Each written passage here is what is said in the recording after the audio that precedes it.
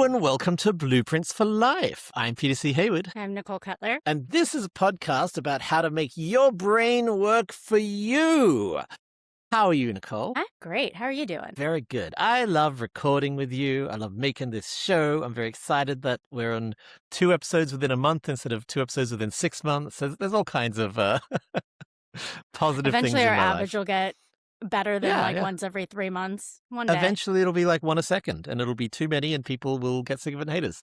I have some follow-up. So, as mentioned 1,000 times, my assistant, Alyssa, edits the podcast and I'm often just in the next room. So I listen to it back as she's listening to it. And I make notes about the stuff that I need to update the world on. So in our first episode, How to Make Friends, I briefly one time mentioned the lizard brain. And I mentioned I'm not a sociologist. I'm not a expert in matters of the brain or evolutionary theory or anthropology or any of those things. But I thought I would share, as per our show where we talk about models we have for life, a model I have for thinking about my own brain, which, again, this is not scientifically backed. This is just how I think about it, which is you've got, your higher brain, which is the one that says, hey, you should go to the gym. And then you've got your lizard brain, which is the one that says, no, you should sit on a rock in the sun and eat until you cannot eat anymore. I like that part of my brain. So much of adulting or being a successful human is learning how to wrangle the lizard part of your brain into doing what the top part of your brain wants. And so much of working from home and this show and generally our models are just about like juggling those two halves of your brain. And so I just wanted to make sure I more thoroughly explained the lizard brain idea. And then I don't know how much detail I went into, but do you know what a parasocial relationship is? Or do you remember if we talked about this? Because I don't think we did. So I have a parasocial relationship with Taylor Swift where I know all about her life and she does not know that I am a person. Yes, exactly. Parasocial relationship is an extremely one-sided, and they have always existed. People kind of act like it's a modern day thing, but in medieval England, everyone had a parasocial relationship with the king. And I'm the sure Queen. It's amplified by social media and Hollywood and all that. Yes. Well, it's kind of most amplified by exactly what we're doing here, because I am looking into the camera and talking. Obviously, I'm talking to you, Nicole, who I have a social relationship with. But anyone watching this on YouTube is like, oh, look, I'm sitting with my 2 friends talking to them, and I am having a conversation with my 2 friends. And the link between parasocial relationships and lizard brains is that I firmly believe that the lizard brain cannot tell the difference between I spend a lot of time with this person because they are in my life and I spend a lot of time with this person because I consume their media. I truly think that if you spend 100, because, podcasts are notorious for this. Podcasts are in your ears while you're doing your day-to-day life stuff. And that's where family and friends live, like while you're doing laundry, you are hanging out not with celebrities, but with your family. I was actually having this thought process and I was telling Alex the other day, like, I listen pretty much Taylor Swift. She's got like 12 albums. So my track when I'm working is like just Taylor Swift. And I did the math. I did napkin math. And I was like, I think I've heard Taylor Swift's voice more than I've heard my own husband's, just like Yes. by sheer number of hours. Because he's not just talking in my ear nonstop all day. It's fascinating. He does that to me though, so that's the nature of the triangle of our relationship. Is you married him and he talks to me. It's great. So yes, parasocial relationships and lizard brain, I believe, are very, very closely integrated in my model. Not a scientist, etc. You should become a scientist so you can stop making that disclaimer every time. I'm not a the only doctor, but I reason. play one on TV. Last episode, I talked about yuppies, and I incorrectly said they are from the 90s. Yuppies is an 80s term. I was off by a decade, and I also learned that it stands for something, which I didn't know. It is either young urban professional or young upwardly mobile professional. This might be a backronym, but yuppie is not just a nonsense word. It has an origin that someone in a newspaper column, I think, invented, and it kind of took on from there. And then final bit of follow-up. Nicole, what am I wearing? This is really only going to work for the video listeners. The video viewers. You're wearing a shirt, and we're all grateful for that. Yes, the last 2 episodes I've been topless, and we got a lot of negative feedback. Now, the episodes haven't gone out yet, so the negative feedback has purely been from Nicole and Alyssa. But it was so overwhelmingly negative feedback that I was like, I guess I should listen to that. I think wearing that a shirt. you're wearing the shirt that was on my desk on the very first episode 6 months ago. Yes. I meant to wear it last week and forgot. So I'm actually wearing it. It's a lovely shirt. It's one of my favorites. It fits perfectly. I get constant compliments on it. So thank you Yay! so much. I love it. Good gift giving. I was talking to my Yay. sister last night about the fact that I have, over the years, gotten very, very good at recommendations. And I pride myself on my recommendations. If I recommend a film or a TV series or a book to someone, it's because I'm very confident they will like it. And the few times that I'm wrong is a surprise. Like, it's now become an outlier to be wrong. And the only person better at recommendations than me is you, because 2 years in a row, you recommended my number one film of the year. Really? Wait. What was it? Okay, so it was mid-pandemic. It was high pandemic, and you said, Peter, drop what you're doing right now and watch Palm Springs. And because you know me so well, you said, learn nothing about it going in. So if you're listening to this, stop listening to this stupid podcast with this parasocial relationship and go and watch Palm Springs if you haven't heard of it, knowing nothing about what it's in. I think that's the best way to watch that film. My film of the year, 2020. And then the next year, you said, Peter, I don't recommend a lot of films to you, but go and watch Professional Young Woman. What's the name of that film? Promising Young Woman. Promising Young Woman. And again, just know nothing about it going in. And at the time, it wasn't even out of cinemas yet. This was when the COVID had lifted enough that there was stuff in cinemas, but I wasn't going. So I spent $20 to rent that film based purely on the strength of your recommendation. And sure enough, film of the year. So you are a slam dunk recommender. Maybe we'll do a how to recommend stuff episode. But that was 2021, so it's just all been downhill for the last half a decade. Well, the next year, I don't know if you remember this, you recommended the Charlize Theron, The Old Guard, and you said, Peter, I'm going to be very clear, this is not going to be your film of the year. This is not a recommendation on the level of the other two, but I think you'll have a good time. And I watched it and I was like, wow, yes, it was not my film of the year.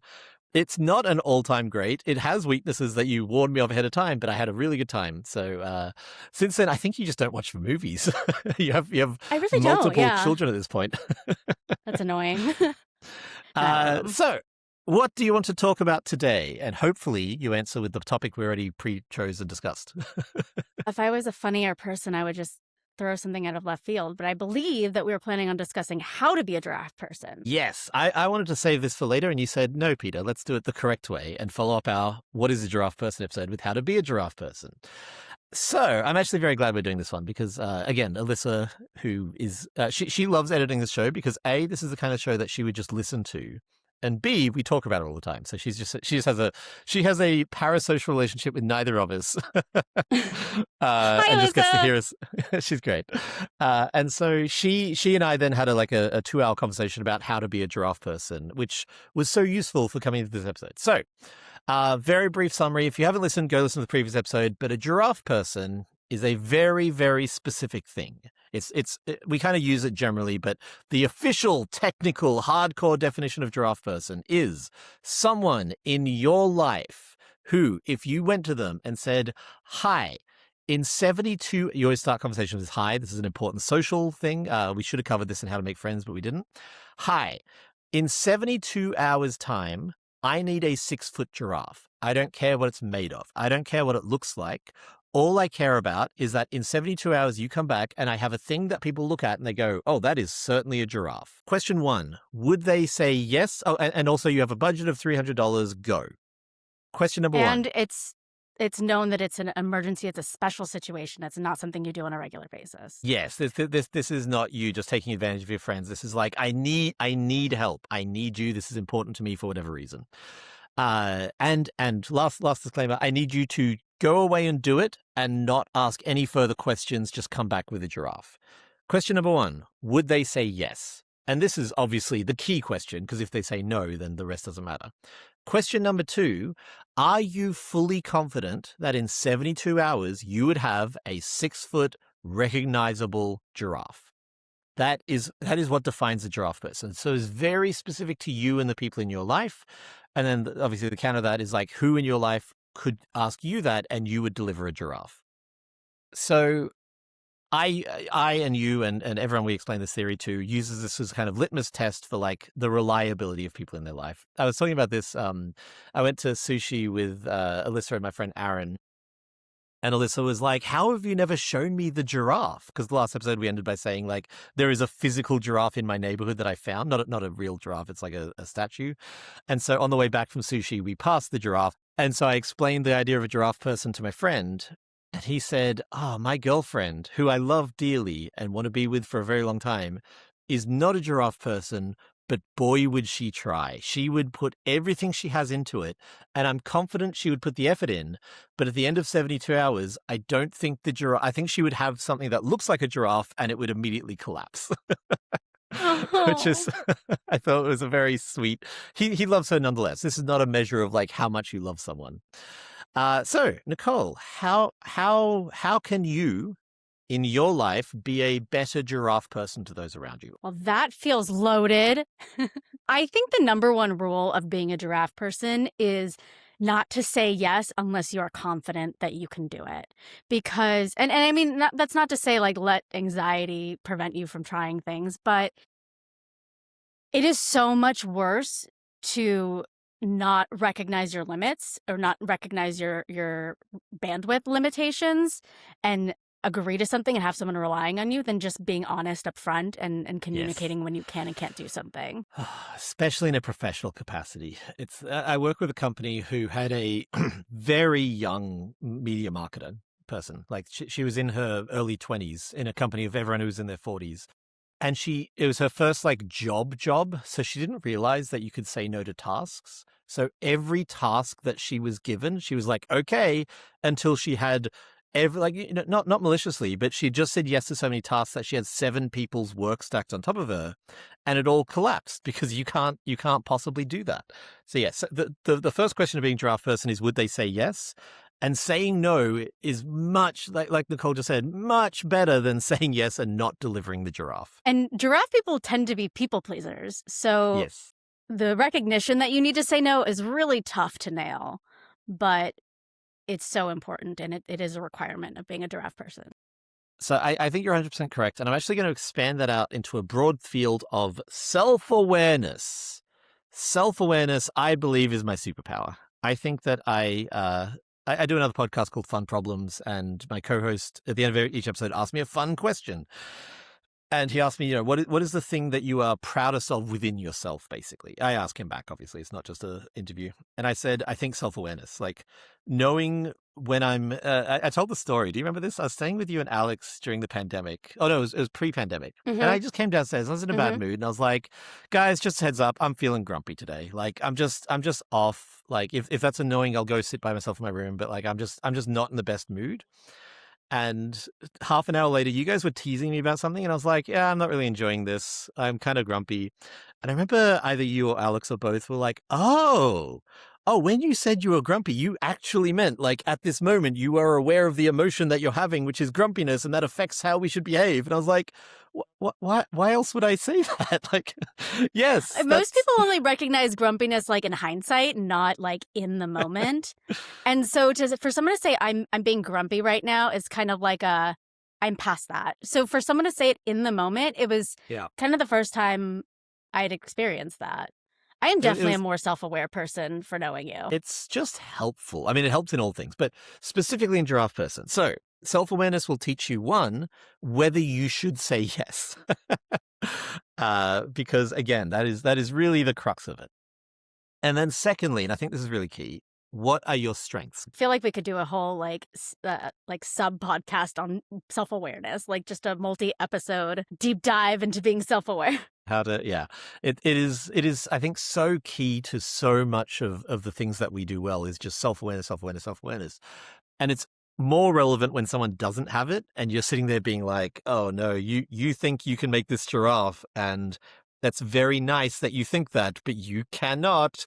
You are going to work yourself up into a tiz and collapse. Like the woman at the company who took every single job until eventually she couldn't physically do any of them. The struggle with people who aren't self-aware is that it's very hard to have a frank conversation with them also. So now you've got to deal with the dynamic of potentially hurting their feelings for not trusting them with the task. And it's just people who aren't self-aware or who don't aspire to be self-aware. It just adds so many complications to it. Yeah. I really have a limit of people in my life who aren't self-aware. I don't think self-awareness is a strict prerequisite for being a giraffe person, but it gets you 70% of the way there. It's such, I mean, like my friend's example of like, she would say yes and she would work and work and work and work. But at the end of the day, I would have a pile of attempted giraffe instead of a giraffe. There's a nice level of awareness of another with that too. I'm aware that she would not deliver. So yeah, I think self-awareness, because not only would you say yes, but then what are you good at? So let's use the canonical giraffe example. I say to you, Nicole, I need a 6-foot giraffe. What do you do? In the Me situation where personally? your life is open enough that you can say yes and get it done. Okay, assuming I can say yes and get it done. Like, are you asking how I would construct this giraffe? Not even construct is already like 2 steps beyond where we need to be. What would you do to ensure that I, Peter, in 72 hours had a giraffe? Do you want to throw it to me and I'll go first? Yeah, you go first. I'm You've I'm missing the never plot thought here. about the giraffe? Like the actual literal giraffe? Yeah, the actual canonical, like the title drop. Okay, so in my current situation, I'm in the middle of a month off. I am taking a month off except for recording this podcast and doing like whatever maintenance I need to do. So I would probably be like, look, this is a fun challenge. Let's go make a giraffe. I would immediately call up Alyssa and be like, hey, Alyssa, can I book you for 3 days straight? We're making a giraffe. So one of my strengths is that I'm surrounded by giraffe people. So I would in this current exact moment, I would recruit and create, and that would be a fun thing for me. I would make it a thing where I don't resent it. You would tag in your giraffe people to be a giraffe person, and then you'd have we would giraffe work on it stuff together, to do. and we'd have a good time. And I would be like, "Cool, you can go home now, and I'll do the rest of the spots by myself or whatever." 2 months ago, I was. I can't remember if I've told this story, but I designed a game and the publisher signed it before anyone else could look at it and said they were going to get it to Kickstarter. And as a production manager or as a person who works at a board game company, this is going to freak you out. I started designing this game on January 1st of this year. It's going to Kickstarter on June 6th of this year. It is the fastest turnaround I have ever had for a game ever. They signed it, let's say February 1st, and we're in the 7th of March. 7th of April right now. It went to the printer a week ago. This game, Okay, so something going on to Kickstarter within 6 months is not. It's not ridiculous, but the fact that it's already at the printer is kind of bananas. Yeah, they're doing 35 review copies, so they're just flooding the market with reviews of like final art, final graphic design, everything. It was a team of giraffe people. Genuinely, like that's what it was. I want to meet these people. And so 2 months ago, I did not have time to think about a giraffe. I had zero time to think about a giraffe, but I had a very nice advance and a promise of future profits. So had Nicole called me and said, Peter, I need a giraffe right now, I would have been self-aware enough to be like, okay, I'm in Toronto because I was hanging out with my son at the time. And every single second that I am not hanging out with my son, I am working on this game that has an insane deadline. Like, we cannot work on this game fast enough. I would be going onto Amazon and finding a 6-foot giraffe and shipping it to your house and calling Julie, who is your assistant, and saying, hi, can I pay you to intercept this giraffe and construct it? Or can I send it to your house?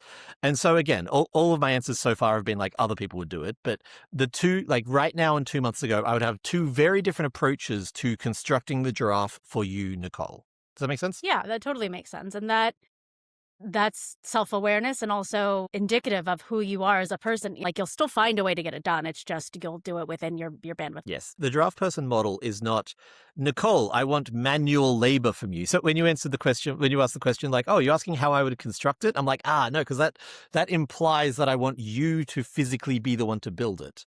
I guess it didn't occur to me that I didn't have to be the one to physically build it. And I realized that I have a village and I have giraffe people, but like leading on my giraffe people to be a giraffe person for someone else almost feels like a cheat code. And I think that also comes along with having like financial resources. I can pay someone who can help me with a thing. And realistically, that is exactly what I would do because I don't have the time. But yeah, it just didn't occur to me in the metaphor that it was an option. Yes. You and I spent many, many years having very little money. And so now that we have a bit of money, it's quite nice to be able to use that to solve problems. It is a good place to be. I feel like money hasn't really changed what I can do, but it can change what I focus on, right? I can go make money so someone else who has better giraffe creating talents can be the one to make the giraffes. Now, if for whatever reason the scenario changes and Alyssa's on vacation and Julie's on vacation and whatever else, and you say to me, Peter, I need a giraffe right now, and it's at this very moment, then I still do it. Like, I still get the giraffe done. I go and buy, I'd probably do it like, I'd probably get butcher's paper. What do you guys call it? You use it for like kids to just Like have an endless construction roll of paper? paper. It's Construction like paper? yeah, I think of it as a school thing where it's like a big roll of paper that Like a just like roll? goes, Okay. yeah, it goes on and on. So I'd probably buy one of those, work out how to like pin it up, draw a giraffe, paint a giraffe. Because again, the condition is not it's a 3D model of a giraffe. It's just that anyone looking at this sees a giraffe. I'd probably construct something out of wood because I have just enough like woody carpentry skills to make a like 6-foot stand, pin construction paper on both sides, paint a giraffe on both sides. So from 2 angles, it's clearly a giraffe. And if you need more than that, then I've failed the task. I feel like my bandwidth isn't necessarily will I do it or will I not do it, but how much can I invest into like really making it shine, right? If I have all the time in the world, I think I could build a 3D giraffe in 72 hours if that's the only thing I had to focus on. But if not, like I would totally just make a silhouette, something that's just the shape of it, and that is fine too. Let's I think we covered this a little bit last time, but let's talk also about sort of one of the subtler elements of a giraffe person is not just delivering the bare minimum. So last time we talked about the Kickstarter sign, and A, the Kickstarter sign never happened, but B, even during the stages of it happening, it was this kind of like shoddily constructed like hand, like it all it needed to do was say now on Kickstarter in big bold letters, and it said now on Kickstarter, but in kind of like, oh yeah, I guess that's what it says. Again, like to further double down on Giraffe Person, like you want to be the best giraffe person you can, or you want to surround yourself with the best giraffe people you can. And that's why my first go-to example was I would call Alyssa and we would make a wonderful giraffe for you, because I don't want to just be like, oh, look, here's a, yeah, cool. You want a giraffe? Great. I took a photo of a giraffe toy and I stretched it out until it was tall. Like, it's ugly and pixelated, but hey, I did what you said. So my first go-to move would be absolutely find my incredibly crafty creative assistant and make something beautiful with her. I think it's also worth like being able to trust the person who's asking you. Peter, if you said it just has to be recognizable as a giraffe, it doesn't have to be special, it doesn't have to be 3, it just has to be recognizable as a giraffe.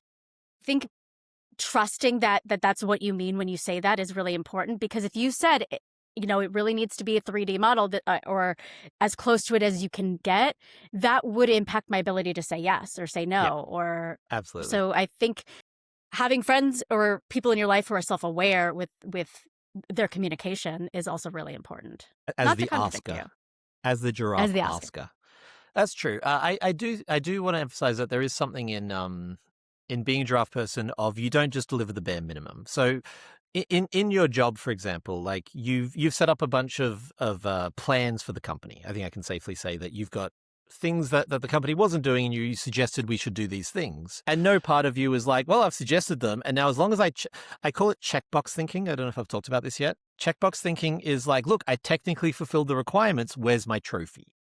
And that's not how the world works. That's not how especially creative professionals work. And that's just not how you get ahead. And obviously we live in this time of like toxic work culture where there was, have you ever seen the film Office Space with Jennifer Aniston?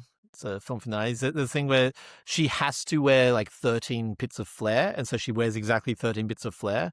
And her manager's like, look, I see you only have 13 bits of flair. She's like, yeah, that's the minimum requirement. It's like, well, it would be nice if you... And she's like, well, how many do you want me to have? They're like, well, as many as you want. She's like, great, I want 0, but the minimum is 13, so I'm going to have 13. And that film, it's funny, I'm coming down on the side of big corporate here. Like that film, I think really exemplifies, like, you know, that's not a job that she cares about. That's a minimum wage. She's a waitress. Like that's not meant to be an aspirational job. If you take that attitude into the stuff that you really, really, really want to do, you're not going to get very far. When I give Alyssa a task, if I said, you know, hey, can you, whatever, can you run the dishwasher? If she literally just turned on the dishwasher without doing a quick pass of the apartment to see if there's any dishes, I'd be like, oh, cool, okay, checkbox thinking. Obviously we've moved away from the canonical giraffe at this point, but the idea, the embodiment of giraffe person is about more than checkbox thinking, more than doing the bare minimum. Someone who understands not just what you're saying, but like what you mean by what you're saying. Like when you say, can you run the dishwasher for me? You mean, can you collect all these things? And actually, so my assistant is a mom in my neighborhood, Julie. I love her. And part of the reason why it works so well is because she is also a mom. So she understands what goes into resetting for the kids and Yes. yeah, the backpack. But everything needs to be taken out of the backpack. And now the extra change of clothes, it's winter and we had the summer change. So those need to be switched too. And it's just that willingness to understand the dynamics and the in-depth of like what is intended and not just what is said. Yeah. I believe this is a very gendered thought. So I'm gonna be a gender traitor at the moment and say like there's this sort of like dad logic of you said take the kids to the park. I took them to the park. What more do you want? And you're like, but it was snowing. Like you didn't put sweaters on them. You didn't put jackets on them. Like, yes, you literally took the kids to the park and they both got frostbite and died. Good job dadding. Like this and again, I as a man, I don't love how gendered this thought is, but I think it's just easiest to describe in this gendered way because that's how we think of it. I mean, I do think that I do think, I don't know if it's socialization or something about how brains tend to work, but I do think that moms tend to Mums are held to a higher standard, and so they have to meet that standard. Whereas dads, there's a famous thing of like, if you're a dad out with the kids, you get applause, you get roses thrown at your feet, and panties at your head Good because people are dad. like, yeah, can you believe this dad is with his kids? Like, how is he doing it? And it's like, yeah, you would not blink twice if a mum was doing the same thing. This has been Feminist Corner on Blueprints for Life.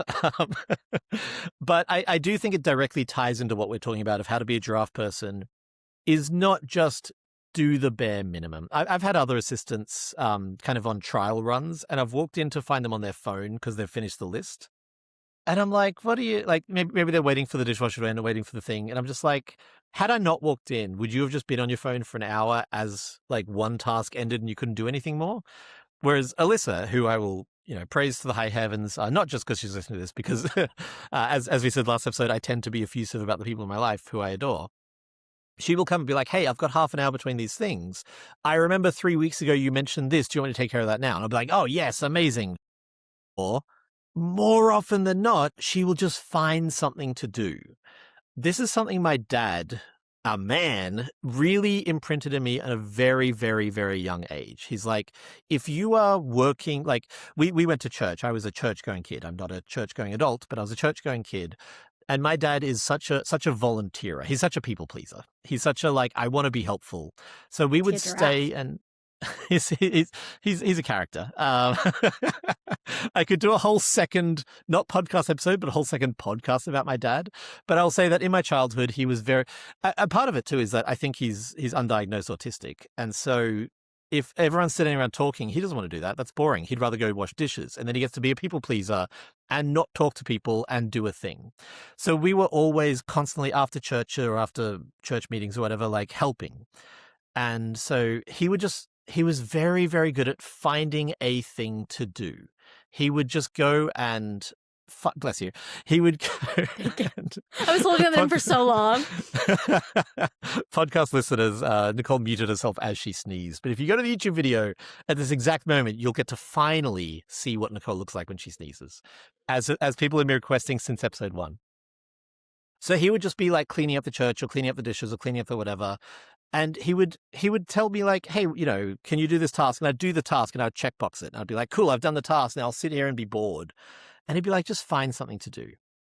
I worked on a film set, a TV set in Australia. And I think the most useful thing that I was able to like bring to that job was that philosophy of filming, like especially when it's overcast and you need a sunny shot or vice versa. There's a lot of downtime, and one of my jobs was to loop these cables, and you have to loop cables in a certain way so that they don't wreck the cables, basically. And I just couldn't do it. So every single time we had downtime, I was there practicing looping the cables. And I genuinely, and this is a man who does so much for attention, I was not doing it for attention. I was doing it because I knew I didn't know how to do it.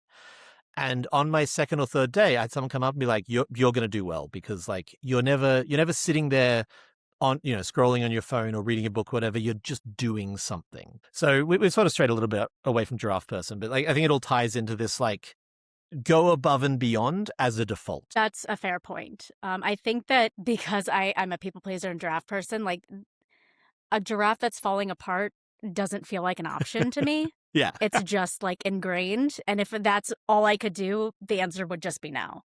But yeah, giraffe people, they care. They care about what they're doing. Yeah, they care about what they're doing is a good way to put it. And it's just so important to be the person who, when someone gives you a task, yes, they need to come back and see the task is done, obviously. But if you can, and this is where I feel like I'm taking the part of big corporate and being like, Rachel from Friends should have had 15 bits of flair. Like that's an extreme example because it's a dead end job that she doesn't want to do. I think that it ties into being a self-starter, right? Because if you're a self-starter, you're doing things that are beyond just like what is expected of you.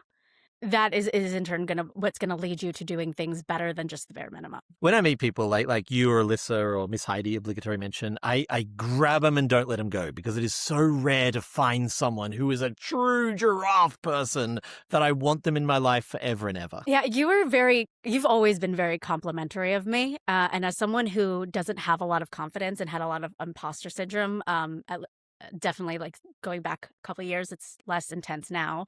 But I just assumed that everyone knew more than I did and everyone was as good at things as I am. And it took you pointing out that like no one knows what they're doing and most people don't care, that like I didn't realize how rare it is to find giraffe people and to be able to trust them. I'm laughing not because you're wrong, but because I more recently than you'd think learned that lesson. I run a company called Jellybean Games. I currently own 1/3 of it. I sold 2/3 of it. And a big reason I sold it is because at one point I hired way too many people. I was making a lot more money from my other career. So I was like, cool, I'll take that money and put it into Jellybean and then I'll have 2 burgeoning businesses. And I assumed that everyone could do what I could do.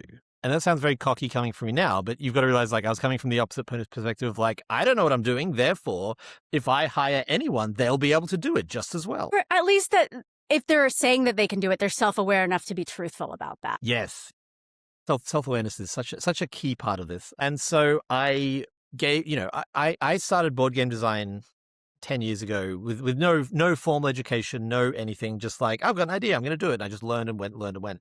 So anyone who's doing it for as long as I've been doing it, I was like, they must logically know exactly as much as I do.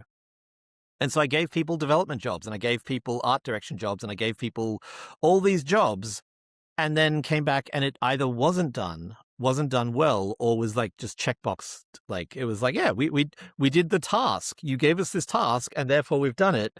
And so essentially I was paying all these people money that I didn't have because I had no idea what I was doing with money to then not do the job, be in a 3-hour meeting with me where I explained the job. And then I often had to do it again at the end anyway, just like levels of disaster because of exactly that assumption that like, I don't know what I'm doing. Therefore no one knows what they're doing. And I'm not trying to say I'm a god or a superhero, but like I am uniquely good at some things and uniquely awful at other things. And I didn't realize that at the time. And the amount of mental load that you remove when you surround yourself with giraffe people is so significant because I know that I don't have to say, hey, can you take the kids to the park? And can you check the temperature? And can you make sure that they have appropriate clothing? And can you, make sure to pack snacks and water? It's just, can you take the kids to the park? And you can trust that that person just understands as a baseline all of those dynamics that go into it. Yeah. Alyssa, you are listening to this as you edit it, but I'm sure we've had this conversation. Like, this is why you're extraordinary, Alyssa. I'm talking straight to our editor at this point. We love you. Because when I give you a task of mail this, I don't have, like, she will go to the post office and be like, okay, cool, here are the 4 options. He didn't specify. So I'm going to quickly ping him and say, hey, I can get it 1 day for $112, 2 day for $80, 3 day for $20. You didn't say it was urgent. So I'm going to assume 3 days for $20 unless you text me back right now. It's just because, the step one. Stop it. Yeah. Yeah. The worst case scenario would be she comes home again. She's like, oh, you didn't say how many days, so I didn't do it. Like that's the worst case scenario here. My gosh, that drives me crazy. So many people operate that way and I just cannot. Sorry. Yeah.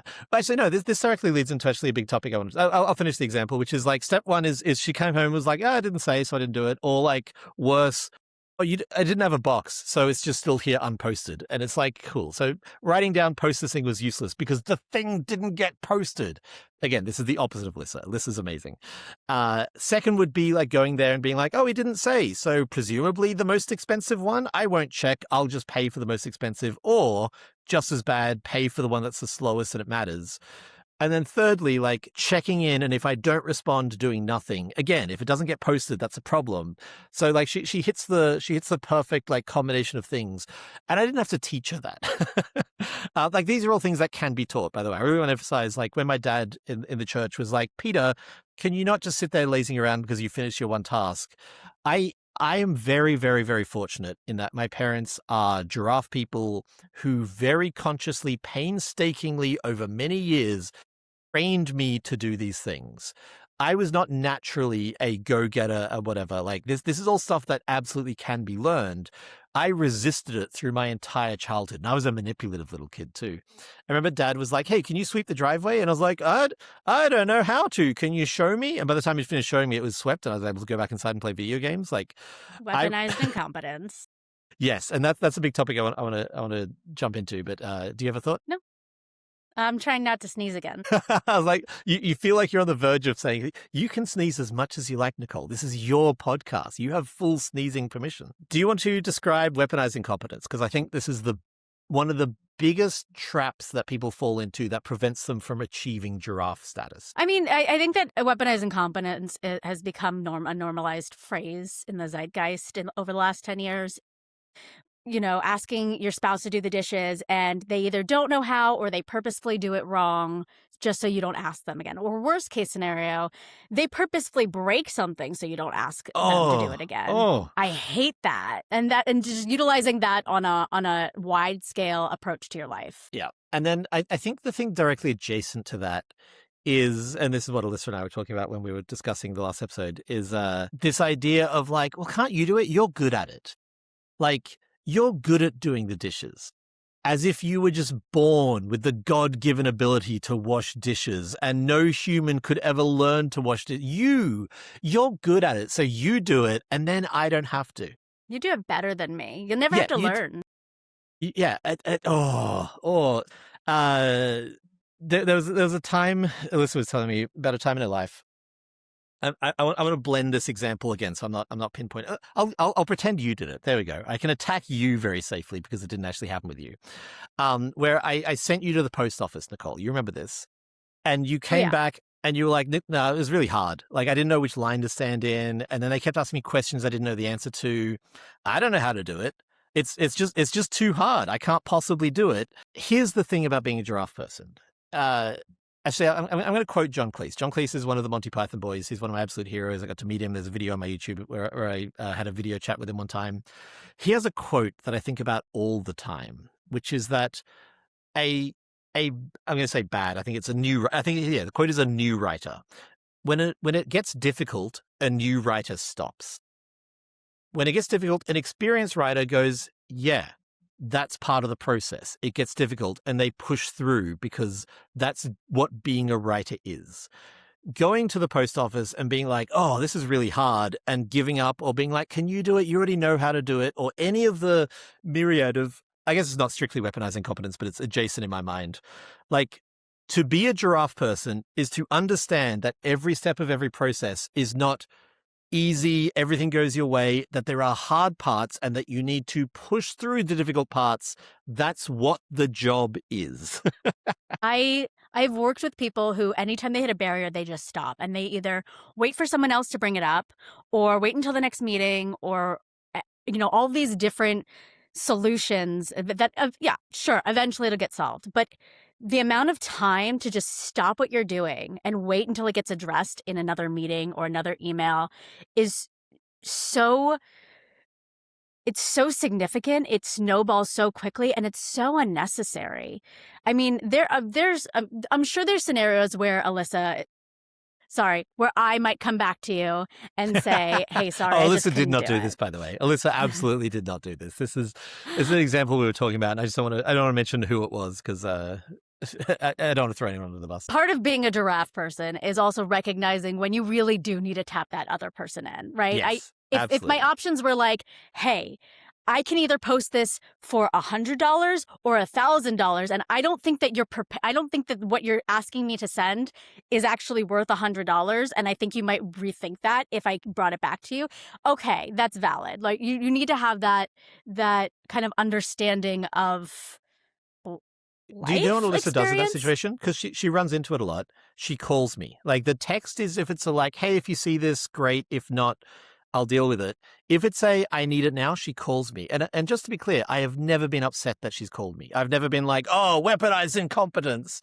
Like, yeah, if it's an unreasonable situation, get the boss's opinion. And I think this actually kind of cycles back to what I was saying about delegating in the last episode, where Yes. like trusting the people to actually raise the issue when it needs to be raised, right? I'm never going to send a 10,000 unit print run without talking to my bosses. But there are things that if I have to go to them every single time, you might as well not have me on staff. Like I'm not actually resolving anything. And understanding and trusting the person to recognize the difference is really important, and it's necessary of a giraffe person. Yeah. So there's two directly contradictory things here. So I want to take one position, have you take the other position. To be an effective giraffe person is to not pass the buck.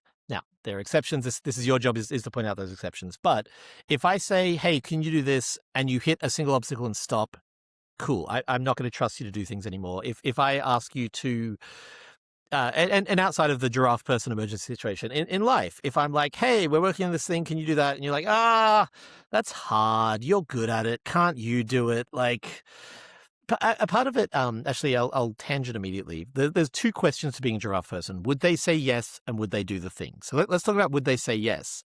If that's a fight, if that's a like, do you need me to? Can't you do it? Don't you have anyone else? Then it's just obnoxious.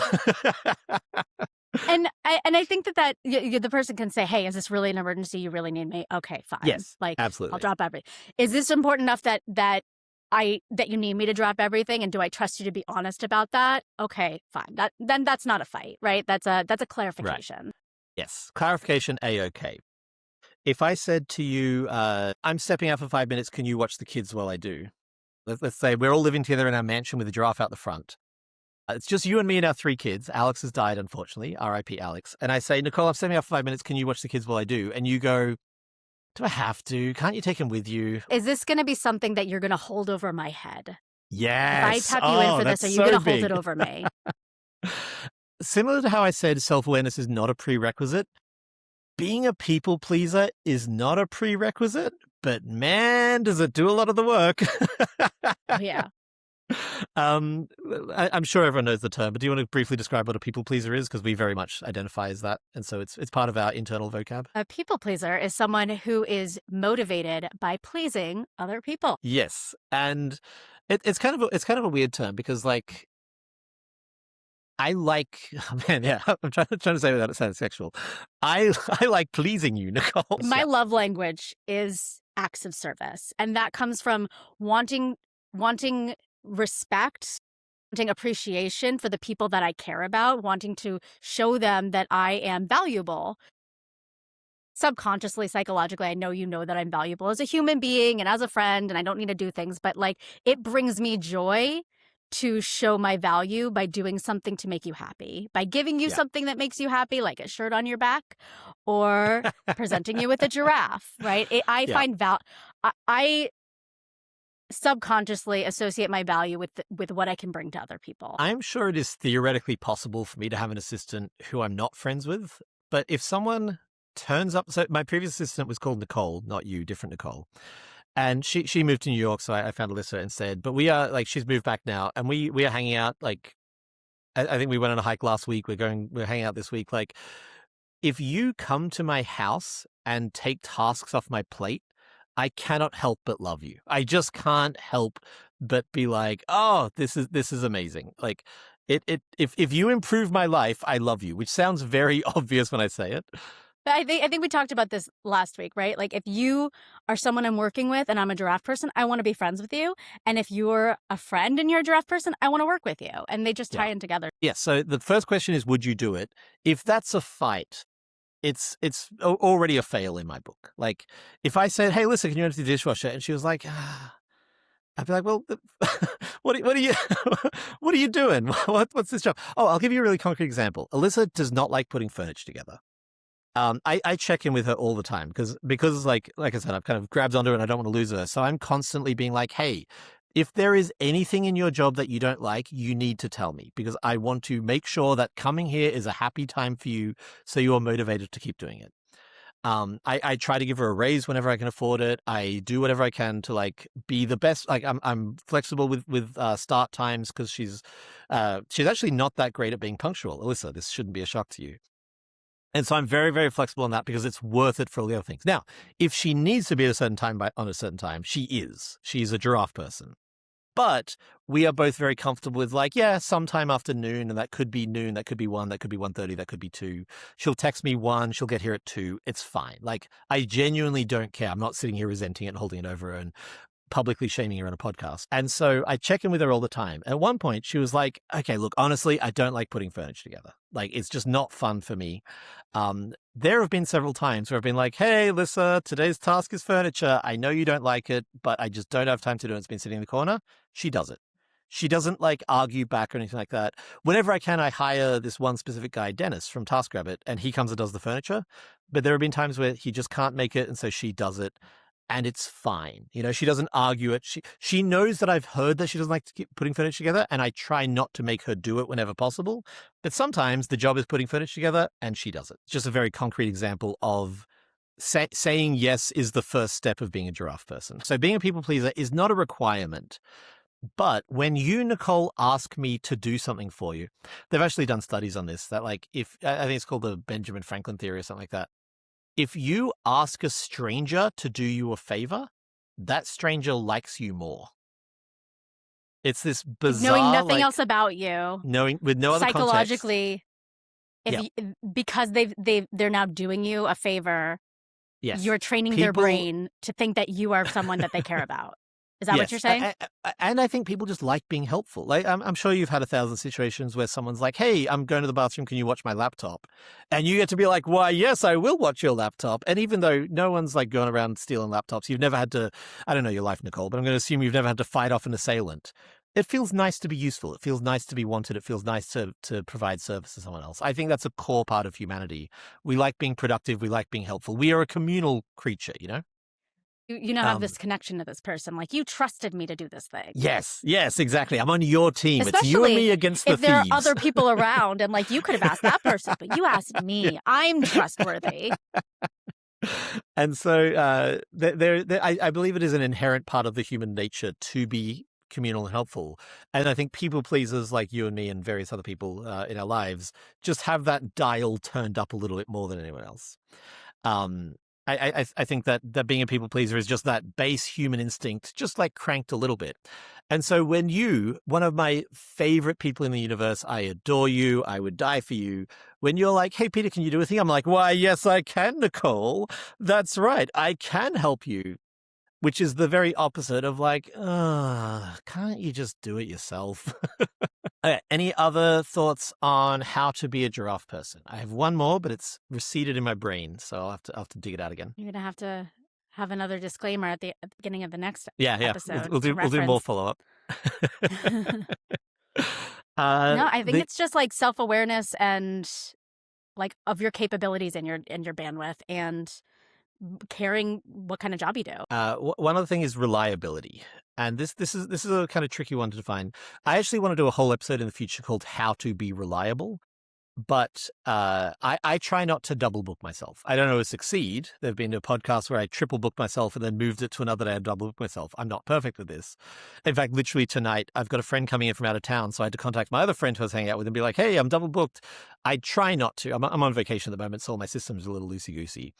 But similar to what you said at the start of like, it's way worse to say yes to a thing and then have it not happen than it is just say no in the first place. We talked last episode about how having a platform of interlocking giraffe necks just allows you to like have this boosted, having giraffe people lets you be more of a giraffe person. And sometimes it's very literal, like the example I gave of like, hey, Nicole, if you need something cool, I'm calling Alyssa and working on together. Now, she's going to be better at it. And so, can you hear that noise? I heard something, but it stopped. It's my printer resetting its ink dials. We have a new co-host, everyone. Peter Sprinter. We talked last episode about how if you have a series of interlocked giraffe necks as your platform, you can achieve greater and greater things. Another thing is you can genuinely just be more of a giraffe person the more giraffe people you have. I mentioned earlier this project that we put together in a ludicrously short amount of time. Like from first design to printed copy for previewers was 3 months. And this is the publisher's biggest game that they have ever done. This is not a little game. Right now we're getting quotes and it's coming in at $70. We want to cut it down. Like this is not like French toast. This is more like Critter Kitchen. I didn't realize that. That's impressive. And the only way that this publisher could even attempt it was by being like, okay, we've worked with Peter. We know that he is good for it. We know that he will. And this is the thing, like, once you build, I think we said this last episode too, but it cannot be emphasized enough. Once you build a reputation as a giraffe person, even if the person doesn't literally know those terms, the more opportunities will come your way and the higher you can rise in your chosen field. And that's why the Office Space example of like, she doesn't want to be a manager at the cafe, so it doesn't matter for her. But if you cared about that job, that would matter. Yeah, when I'm project managing a project, if I know that my date is April 1st, I'm going to tell everyone else that it's March 20th. So that way, if anyone drops a ball, I haven't missed my deadline, right? And when you have people that you trust, who have good reputations, who you have a working relationship with, that you know that they're reliable, you can actually utilize that extra 10 days, which is sometimes just the difference of making something the difference between 95% and 100% because you have that extra time.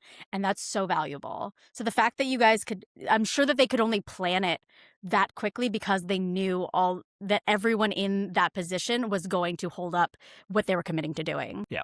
No, it's a solo game. So I was playing it, I was actually with your husband at the time. I was playing it for like 8 hours a day. So anytime I wasn't actively designing with your husband, I was on my little Steam Deck running my solo game and again, making notes, running it again and again. The publisher was also playing it for like 5 hours a day. Like we were just like hitting this hard. And then the artist was working and the graphic designer was working. It was just this like conglomerate of giraffe people and you can create these great things. And so part of how to be a giraffe person is to have giraffe people, not only for the sake of like roping them in when you need them, but also to know that, you know, by saying yes to this, the rest of my life won't collapse. Like, you know, my plants won't die. My son won't not get picked up from school, etc. There's a quote, I can't remember if I said it on this podcast or a different podcast. The way you do anything is the way you do everything. You said that on this podcast. Yeah. And on one hand, you could argue this leads to unhealthy workaholics. There's an example from a magazine I want to use, and we'll kind of use this as our final piece before we do our segments. And it said that, let's say you're a secretary at a dentist. You're a receptionist at a dentist. That's your job. Now, you can just turn up at exactly 9 o'clock in the morning and leave at exactly 5 and like check the people off the list and literally checkbox thinking, absolutely, like that's what they're paying you for. That's the bare minimum. You can absolutely do that and probably keep your job. If you want to impress, if you want to blow them away, it laid out this like series of things. Oh, sorry, it was an architect firm, not a dentist. And I've thought about this 100 times since, so I want to share it on this show. It said, okay, so you go to your boss and you say, hey, I've noticed that I want to get a subscription to Architects Monthly so that when people come in, there's always like a couple of magazines that maybe they haven't seen that is directly related to our field. I want a budget to have candy on the desk so that when they come in, you know, they can have some candy.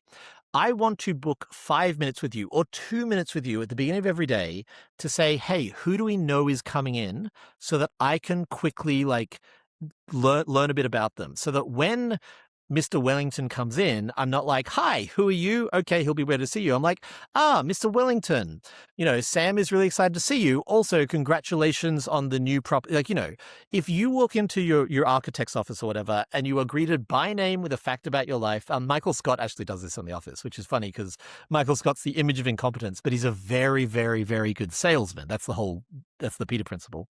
Awful name. And then like, also, can I have like money to like do an online architecture course so that I understand the terms you guys are working? Like, this is a lot, obviously. This is a huge amount for an entry level going nowhere position. But if you can become the most valuable receptionist this architect's office has ever seen, when it comes to ask for a pay rise or when they're deciding who to fire, like you are you are top or bottom of the list, depending on which of those two examples that you're leading. Like, you know what I mean? This to me is what And this is not strictly giraffe people, this is more about value and all that kind of stuff. But if I meet someone who I'm like, yes, they are going above and beyond in this, they're probably the kind of person who goes above and beyond in everything. I want them in my life. Isn't there like a halo effect? Yes. Is that what it's called? This is the exact opposite. This is a Okay. fallacy. The halo effect is this idea that if someone is good at something, you assume they're good at everything. I will tell you, I suffer so deeply from this fallacy. I get hit by this fallacy all the time. It's most commonly used to be like, that person is beautiful, therefore they must be smart, which there's no correlation there whatsoever.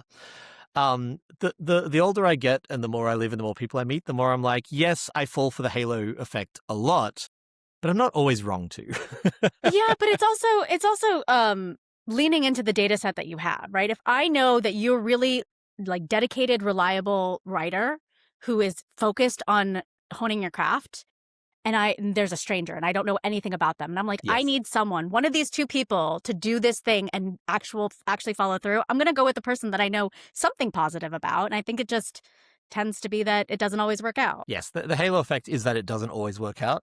But I don't know. I believe in this fallacy, perhaps erroneously, or I follow this fallacy, and then I let people disprove it. Obviously, like I don't blindly do anything, but it's so often just is true. Although I'll use you as an example where you've said in the past that like you are an amazing giraffe person for everyone else, but not necessarily yourself. Oh my gosh, I'm the worst. I'm the worst draft person for myself. One of the things that I'm great at is finding a problem and then solving it and then bringing it to whoever I'm working with. And that is just, I think that's what really helps me rise above other people who are working in the same industry. Or, I mean, that sounds more conceited than I am. I'm still a very self-conscious person, but I think that's what makes me stand out, right? I find an issue, I find a problem, and I also solve it. And I think that is one particular way that you can go the extra mile. And I think there are a variety of ways that you can go the extra mile, but that is just the one that I lean toward. Yeah, a lot of this don't know again why. sounds like we've swallowed the big corporate guidebook. But as with all this advice, there is some truth in that. I don't think that it's swallowing the corporate guidebook, because I've never worked for a company that's bigger than 50 employees, right? It's taking pride in the work that you do. We all have to, like, I mean, most people have to work. You should want to love your job. You should find a job that you're passionate about, but most people have to work to survive. And I enjoy working, and I want to take pride in what I do. I don't think that Yeah. that's swallowing the corporate pill.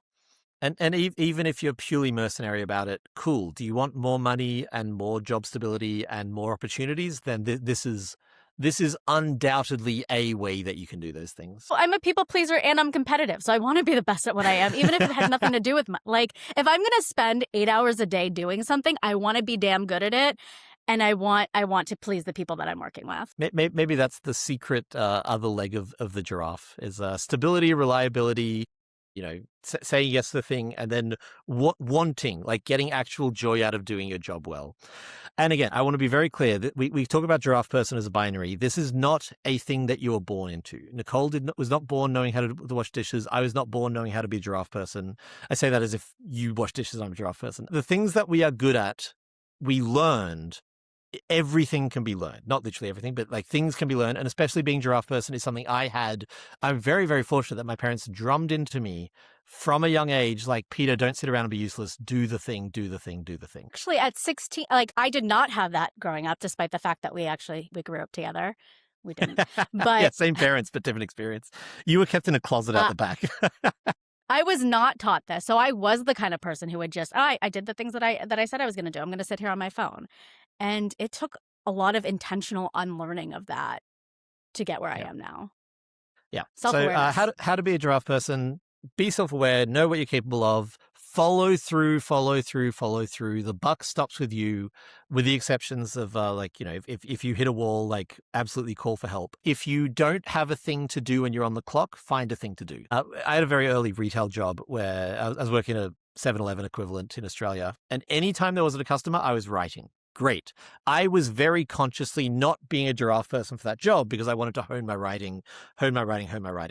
If I wanted to do well I wouldn't do it today. It's so funny. I've grown up. So I also wouldn't take that job today for many reasons. But if I wanted to excel at that job, which I didn't, then I would have been finding stuff to do and like checking off boxes and having my entire to-do list done 1 hour into the shift so I could find like shelves to rearrange or whatever. Like it sounds obsessive and terrible, but like if you're working in a field that you care about or for someone that you want to impress or you want more money and more stability, then that is the path. I think ultimately my recommendation is to care, because if you don't care about your job, you're in the wrong career path. And if you don't care about the person who's asking you for help, you've got the wrong friends. If you're surrounding yourself with people that matter to you, you will want to be a giraffe person for them and vice versa. Oh, that's such a better conclusion than mine. I love that. This is how I'm breaking up with you as a friend. What do you have on your desk? I This is our have segment where we talk about what we have on our desk. gauze. I bought pink gauze. Or is this Why gauze do you or have gauze? arm wrap? Because I had to redo my. Ooh, I should probably. I don't know if they use content warning for video, but I had to redo my surgery last week, which is why we didn't record last week. And so I have to wrap it whenever I'm not at my desk or not at my house. I have to wrap it up in this gauze, and all the gauze that I had was skin color, and I was like, I'm gonna buy a pack of multicolored wrap for my trip. So I have blue and pink and green, and I'm gonna let the kids draw on it on the airplane. Can you explain the why not just get skin colored? Because I think this is an interesting like deliberate choice, and I want to hear you explain why you didn't just go with skin colored, why you went with bright colors. It's interesting, right? Like I feel me from 10 years ago would have just wanted to not be seen or not be noticed. But I saw an opportunity to have like a funky color, and people ask me about it now. It's kind of like an icebreaker, and the kids get to draw on it, and it's fun for them. And just there's so much more that goes into my thought process than just blending in now. Yeah.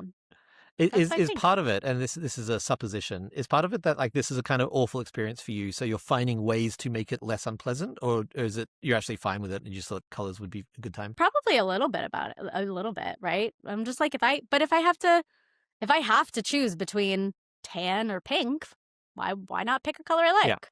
100%. I have Band-Aids in my bathroom cabinet, and they are bacon strips. They're little like pictures of bacon strips because That's exactly what you fun. said. It's like $2 to get generic Band-Aids or $4, a whole extra $2 to get fun ones that on the rare time that I injure myself, I get to like wrap bacon around myself, and people are like, well, that's fun. I'm like, yeah, it is fun. What fun. Totally on board. Mine is, I've actually, this is going to be impressive, Nicole. Mine is less interesting than yours. So Mine is, Sharpie? it's a Sharpie. I have a Sharpie on my desk, and it's actually very similar to yours now that I think about it. I don't like writing. I don't like the physical act of writing stuff. It just is unpleasant to me. I don't like tactile things. I like talking to a microphone. I like big ideas. I work in board games. I hate cutting up prototypes. That's one of Alyssa's main jobs, is to actually cut up the prototypes. I hate anything like tactile and physical, with a few exceptions, obviously. And I enjoy writing with a Sharpie 10 times more than I enjoy writing with a pen. And so I have, I'll hold this up. Like this is notes on a game that I was working on. Like it's just a normal kind of lined paper book that typically you would use a pen because, you know, the Sharpie bleeds through and you get less room on the page. I don't care. Lined paper books are 40 cents each. I can afford to go through it twice as fast and have a 10 times better experience. So I use Sharpies in a very similar reasoning. We could do a whole episode about how you can trick your brain into doing things if you make it more enjoyable. We're going to do a whole podcast about tricking your brain, Nicole. That's the very premise of Blueprints for Life. And so not only do I have a Sharpie on my desk, I have a Sharpie on almost every surface of my apartment. I recorded a video for you and my other two sisters once where I was just going around my apartment being like, there's some Sharpies, there's some Sharpies, there's some Sharpies. I have a 4-bedroom apartment. Not a 4-bedroom. I have a 4-room apartment. I have my 2 bedrooms. One is my studio where I am now. I have the kitchen and living room. I think in each of those rooms... Technically, you have a bathroom, too. I do technically have a bathroom. In each room except for the bathroom, there are multiple Sharpie stations. Because when I have an idea, I don't want to have a chance of losing it. I want to be able to, within arm's reach, arm's width, be jotting down that idea. And this is something that you hear all the time for creatives. There's a great Mitch Hedberg joke where he says, sometimes late at night, I will have an idea for a joke. And if the pen is on the other side of the room, I have to lie there and convince myself the joke isn't funny. And it's just, it's such a good bit. But yeah, whatever I'm doing, I want it within arm's reach so that it doesn't stop me from doing it. So I have a Sharpie on my desk for real, genuinely. This is an actual thing I have on my desk as we do every week, and that's why. What is our audience submitted question? And if you want to be in our audience submitted question, just go to the email address that I still haven't set up in the show notes. By the time you listen to this, it will be set up in the show notes, and you could ask us a question that we will answer at the end of the episode, or in the comments on YouTube, or just mail it to Nicole's house. I'll give you her address later. Tell you what, I won't give you Nicole's address. I'll give you Alex's address, and that way Nicole can feel safe. It's better. So the question this week is, how do you prioritize what to work on? Peter, how do you prioritize what? So I am this actually ties into being a people pleaser, we should talk about. I am very obligation driven. So if I want to force myself to work on something, I make it an obligation to another person, because I will never let another person down. So at one point during the pandemic, I had a weekly group of friends come into a Discord that I'd set up to read through a script. So I better talk about this in the previous episode. Every single week, I would have a script for them to read. When I wanted to get into board game design, I organized a weekly playtest so that every week I would have a new game for people to playtest. If I'm forcing myself to prioritize something, that's how I do it. That's not the question. My dream, my ideal situation, my platonic ideal life is I wake up, I knock off the few necessary things on my to-do list, and then I go, what do I want to work on? Because anytime I'm allowed to work on what I want to work on, I make my best stuff. I make the stuff that does the best financially, the stuff that connects with people the best, the stuff that publishers get most excited about, the stuff that I get most excited about. The game that I mentioned 1,000 times this episode, the one that didn't exist and then is going to Kickstarter in, my goodness, 2 months' time. It's actually ridiculous.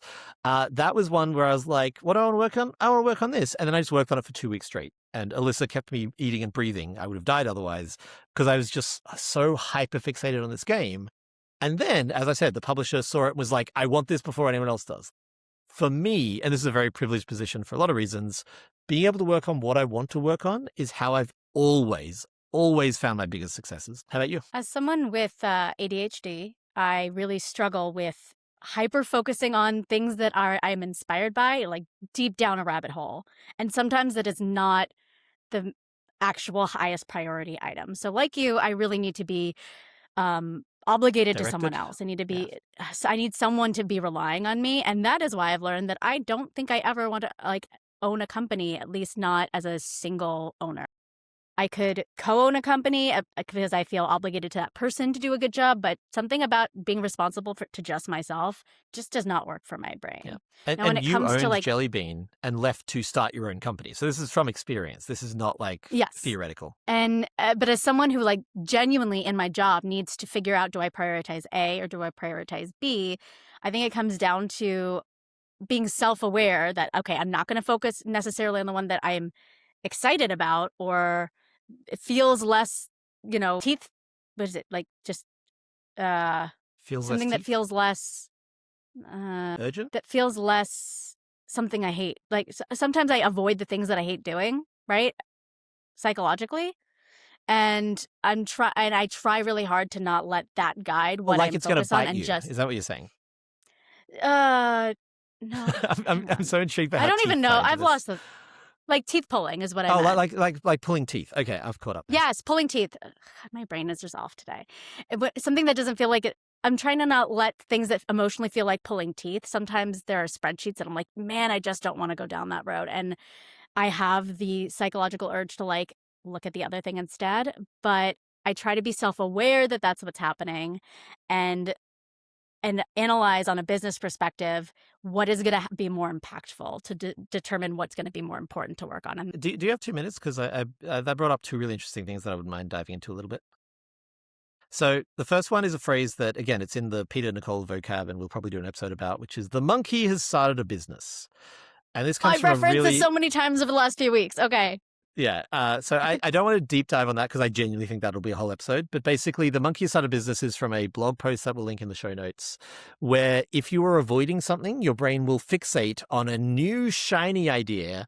And if you pursue that idea and it becomes the main thing, then that'll be the thing you avoid, and your brain will fixate on a new shiny idea. And that is exemplified in the blog post and in our internal vocab as the monkey started a business. And so I think probably every 2 to 3 months, one of us will text the other one, the monkey has started a business, and it's shorthand for that whole process. So I just wanted to bring that up. I want to be very clear that what we're talking about here is not what you, the listener, should do.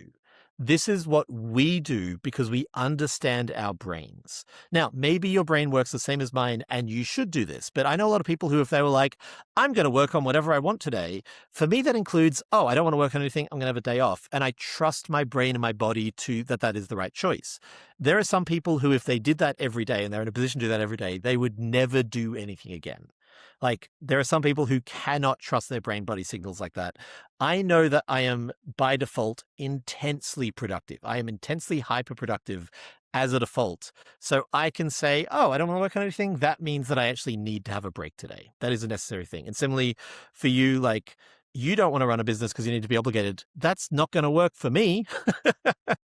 I need to not be obligated to a business partner. Oh, it was fine when it was you, but like for the most part, I want to be a self-starter. I want to run my own thing and not have external obligations because despite how similar we are, being biological siblings, we are very, very different people. So fascinating how many similarities we can have while just having completely different aspects of our personality at the same time. And the last thing I want to talk about, and then we will wrap and I'll let you go back to your various other obligations, is, what's the term that we use? The emotional weight of a task. So a task can take 20 seconds to do, literally seconds, and yet I will put it off for months, if not years.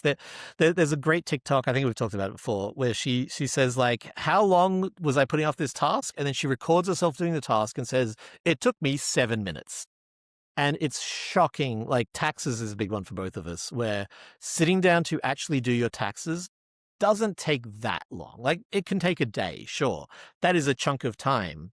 But sometimes I've sat down to do my taxes and it's taken 18 minutes, but I've put it off for so long that I've gotten hundreds of dollars in fines. I find sometimes that I respond to more recent emails faster than I respond to emails that have been waiting on me, because I there's now a layer of shame that I've let this person down that I have to like contend with in order to get past that response. And the other one does not have that factor in it. So it's just like, okay, I'm going to plug away at an email. I'm going to get this done. Yeah. And so directly, again, everything in this podcast is going to tie to self-awareness, but like being aware of what tasks are emotionally heavy for you is so valuable. Just because having a name for it, because, let's say I have to tidy up this pile of games that's sitting next to me, and I don't want to be thinking about games, or I don't want to do the tactile element, or whatever it is.